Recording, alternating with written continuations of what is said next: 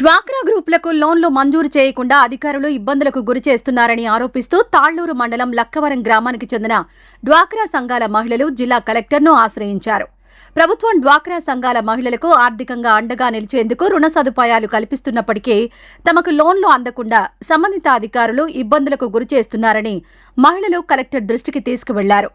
ఈ వ్యవహారంపై విచారణ చేపట్టి లోన్ల మంజూరులో ఇబ్బందులకు గురిచేస్తున్న అధికారులపై తగిన చర్యలు తీసుకోవాలని కోరారు. అలాగే అర్హత కలిగిన డ్వాక్రా గ్రూపులకు నిబంధనల ప్రకారం రుణాలు అందేలా చర్యలు చేపట్టి తమకు న్యాయం చేయాలని కలెక్టర్కు విజ్ఞప్తి చేశారు.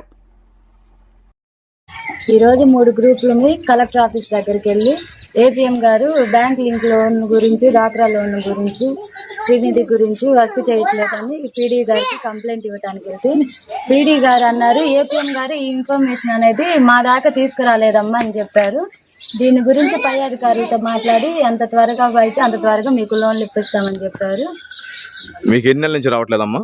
మాకు 7 నెలల నుంచి ఏపీఎం గారు చుట్టూ తిరుగుతున్నా కానీ లోన్ల గురించి మాకేం చెప్పకుండా ర్యాష్గా మాట్లాడుతున్నారు. వెళ్ళి అడుగుతుంటే మాతో